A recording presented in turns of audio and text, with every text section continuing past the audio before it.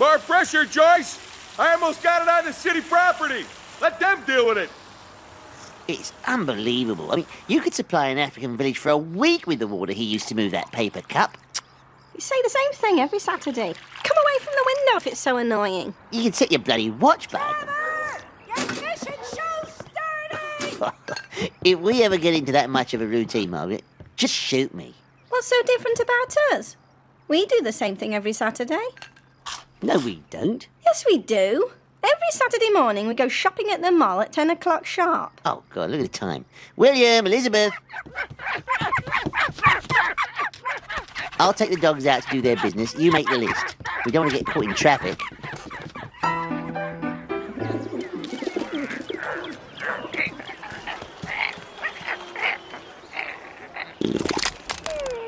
That's a very good girl, Elizabeth. Very good.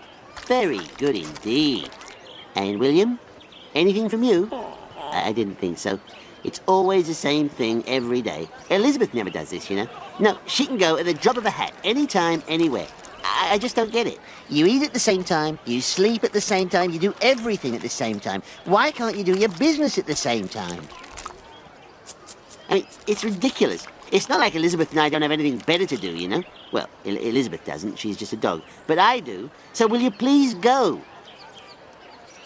Right. Fine. Let's go home. I mean, honestly, is it too much to ask that you two try and coordinate your bowel movements a little more carefully, thereby showing a little consideration for the feelings of others? All right, come on, let's go.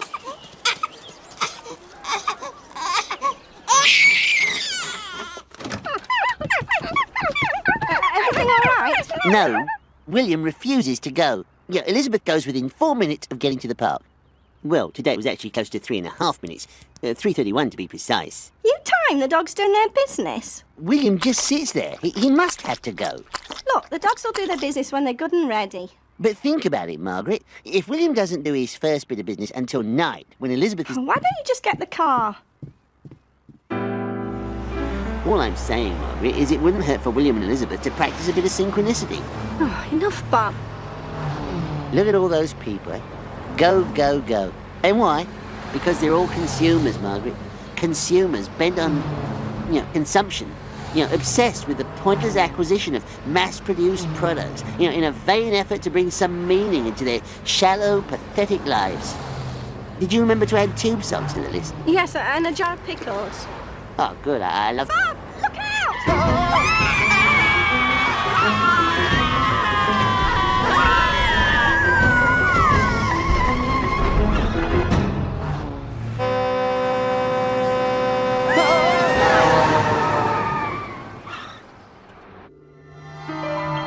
Margaret, are you all right?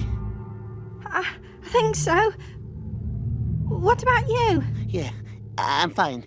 Hey, buddy, you all right? Yeah, fine. Thank you.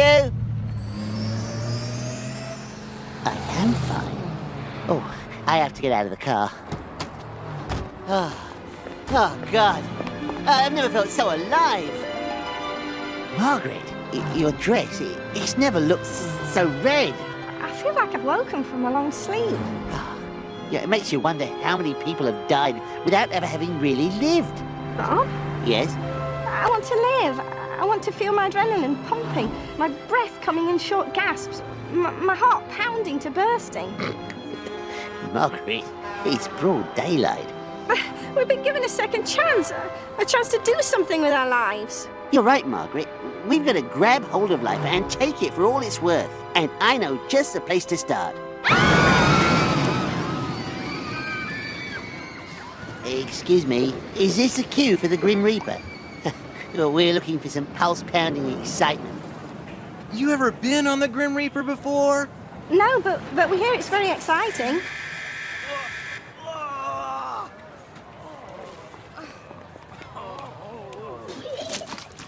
Last time I rode this thing, I puked my guts out. Let's not sit behind them.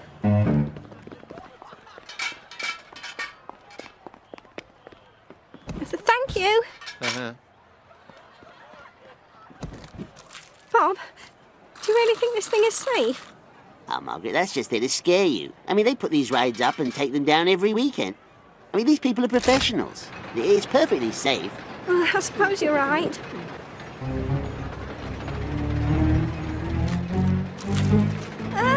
You know, Bob, I think our lives were spared today for a higher purpose than just thrill-seeking. We were given a message, Margaret. A second chance to rid our lives of the mundane. We're teetering on the edge of a new beginning. Yeah, and about to plummet to your death.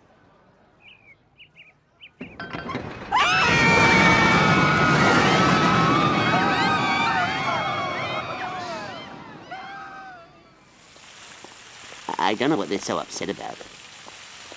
I'm sure I'm not the first person to throw up on this ride.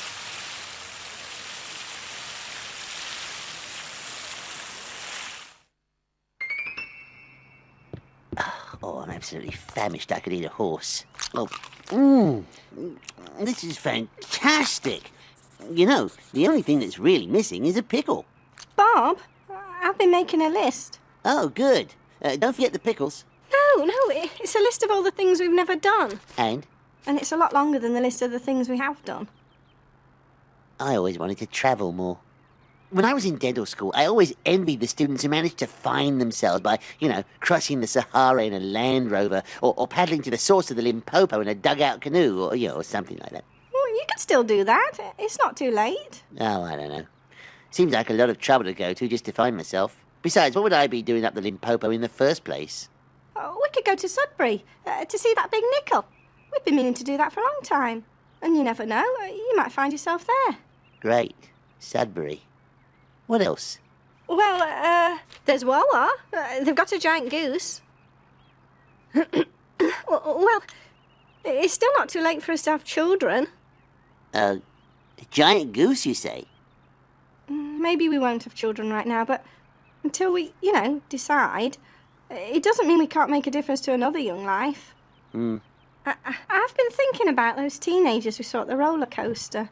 It was sad. They seemed so aimless. Oh, yeah.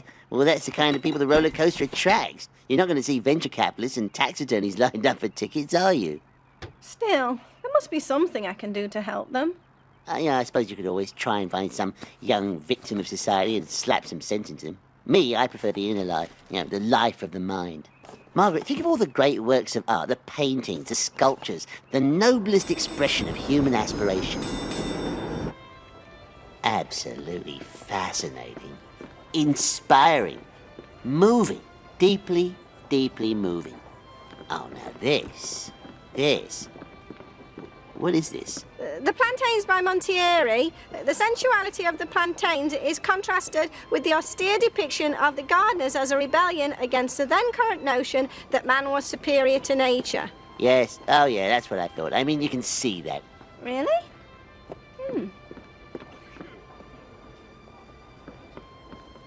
Hell's Hydrant by Roberto Cellino. A fire hydrant on fire. What do you suppose he meant by that? A masterful synthesis of neoclassicism and postmodernist sensibilities, using everyday objects in a New World tableau. Oh, well, that would certainly give the dogs pause for thought. And what's this? A garbage can. Oh, yes. The simplicity of the title is what makes this piece that much more compelling. It's bold realism, attention to subtle detail. I mean, you can almost smell the garbage.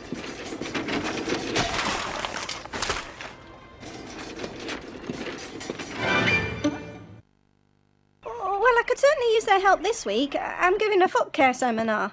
Thank you very much, Mrs. Selby. Yes, see you tomorrow. Bye-bye. Who was that? Dorothy Selby, Joyce's cousin. She works for the Ministry of Corrections.